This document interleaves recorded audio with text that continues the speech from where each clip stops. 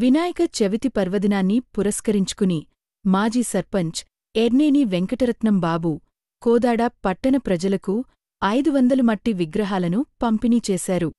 ఈ సందర్భంగా ఆయన మాట్లాడుతూ, పర్యావరణాన్ని కాపాడాలంటే మట్టి విగ్రహాలనే వాడాలని, మండపాల్లో భక్తులు అన్ని జాగ్రత్తలు పాటించాలని సూచించారు. ప్లాస్టర్ ఆఫ్ పారిస్ విగ్రహాలు నీటిని కలుషితం చేస్తాయి కాబట్టి వాటిని ఎవరూ వాడరాదన్నారు. వినాయక చవితి శుభాకాంక్షలు తెలియజేస్తూ మట్టి విగ్రహాలతో చేయాలని చెప్పి ఎమ్మెల్యే పద్మావతి గారు ఆదేశాలు ఇస్తే ఆ సందర్భంలో మట్టి విగ్రహాలు తీసుకొచ్చి ప్రజలకి ఉచితంగా ఇవ్వడం జరిగింది. పర్యావరణాన్ని రక్షించాలన్న ఉద్దేశంతో కేంద్ర ప్రభుత్వం నుంచి రాష్ట్ర ప్రభుత్వం వరకు అన్ని రాష్ట్రాలు కూడా మట్టి విగ్రహాలే వాడాలని చెప్పి మరి టీవీల్లో కానీ పేపర్లో కానీ రావడం జరుగుతుంది.